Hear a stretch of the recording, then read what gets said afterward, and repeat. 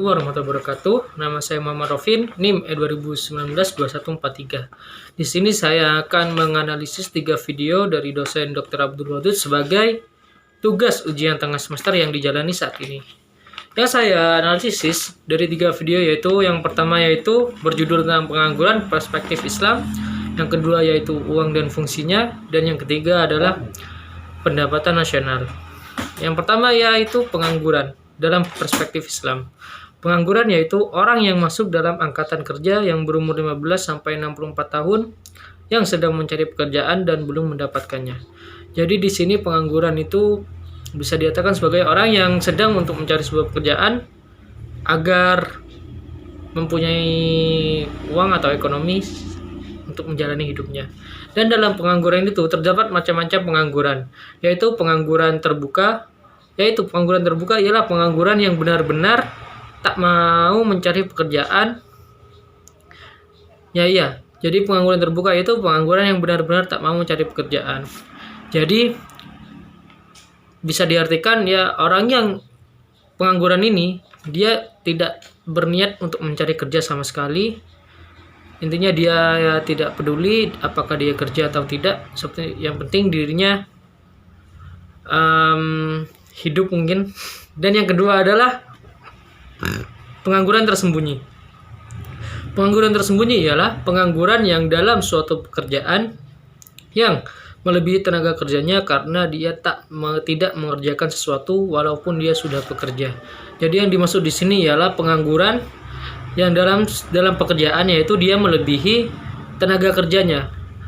Karena karyawan tersebut tidak mengerjakan sesuatu atau meskipun dia sudah bekerja. Ini yang ketiga adalah pengangguran musiman. Pengangguran musiman yaitu pengangguran yang seperti petani yang bekerja bila dalam musim-musim tertentu. Jadi yang dimaksud di sini ialah tidak mungkinlah petani itu akan selalu bekerja setiap hari. Otomatis jika petani akan bekerja ketika dia sudah masuk musimnya padi atau jagung dan seterusnya. Yang keempat yaitu pengangguran setengah menganggur. Pengangguran setengah menganggur ialah dia hanya bekerja dalam panggilan bila tenaganya dibutuhkan atau tak bekerja tiap waktu. Jadi yang dimaksud di sini ialah contoh pengangguran seperti ini yaitu seperti tukang bangunan. Nah, seperti karyawan bangunan itu otomatis kan mereka itu tidak selamanya bekerja tiap waktu. Otomatis jika ada pembangunan rumah atau pembangunan jalan atau apa, jadi mereka hanya dipanggil dalam ketika ada pembaikan jalan atau bangun rumah seperti itu. Dan berlanjut ke video yang dianalisis kedua yaitu uang dan fungsinya. Uang ialah benda yang diterima masyarakat umum sebagai alat tukar dalam kegiatan ekonomi. Jadi otomatislah kita sudah tahu kalau uang itu adalah hal yang pokok dalam kehidupan. Hal yang paling penting dalam kehidupan semua manusia.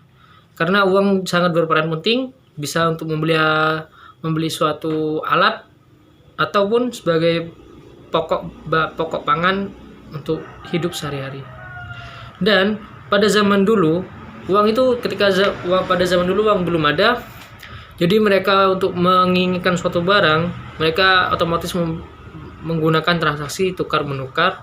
Misalkan seperti saya mempunyai padi dan ingin menukar dengan sebuah baju atau apa, otomatis kita harus membayar baju tersebut dengan panen padi kita. Dan pada zaman dulu atau zaman Nabi, uang alat tukar yaitu pada zaman Rasulullah yaitu adalah emas seperti dinar dan dirham. Dan fungsi asli uang itu terdapat 3 macam, yaitu sebagai alat tukar. Tentunya kita sudah tahu uang ketika kita ingin membeli suatu barang otomatis kita harus mempunyai uang sebagai alat tukar tersebut. Dan yang kedua sebagai satuan hitung. Yang ketiga sebagai alat penyimpan nilai. Yang dimaksud di sini ialah ketika kita memiliki suatu barang berharga, otomatis barang berharga tersebut mempunyai nilai tersendiri.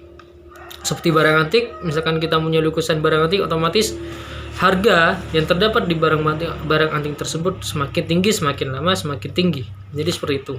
Dan fungsi uang menurut ekonomi Islam yaitu sebagai yang pertama sebagai alat tukar. Kembali lagi ke fungsi asli uang ya, kita pasti harus memerlukan uang jika ingin mendapatkan sesuatu, apapun itu, semuanya harus menggunakan uang.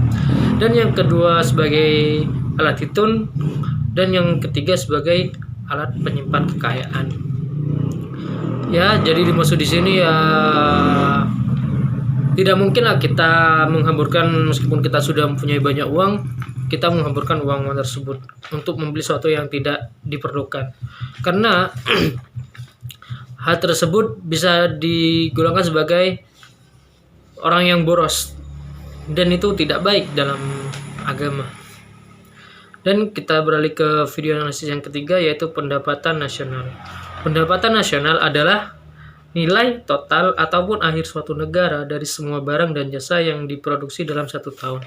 Jadi yang dimaksud di sini ialah pendapatan suatu negara ketika negara itu menghasilkan barang atau jasa dari, entah itu dari barang ya atau telepon atau sebuah apa yang diproduksi suatu negara. Nah, itu akan ditotal atau dihitung dalam jangka waktu 1 tahun. Bersama juga dengan pendapatan dari jasa atau jasa transportasi, jasa pesawat seperti itu atau jasa lainnya. Nah, itu dihitung barang dan jasa itu tersebut pendapatannya itu dihitung atau diproduksi dalam 1 tahun. Hanya ini yang bisa saya sampaikan. Jika ada tutur kata atau perkataan yang salah, mohon maaf. Assalamualaikum warahmatullahi wabarakatuh.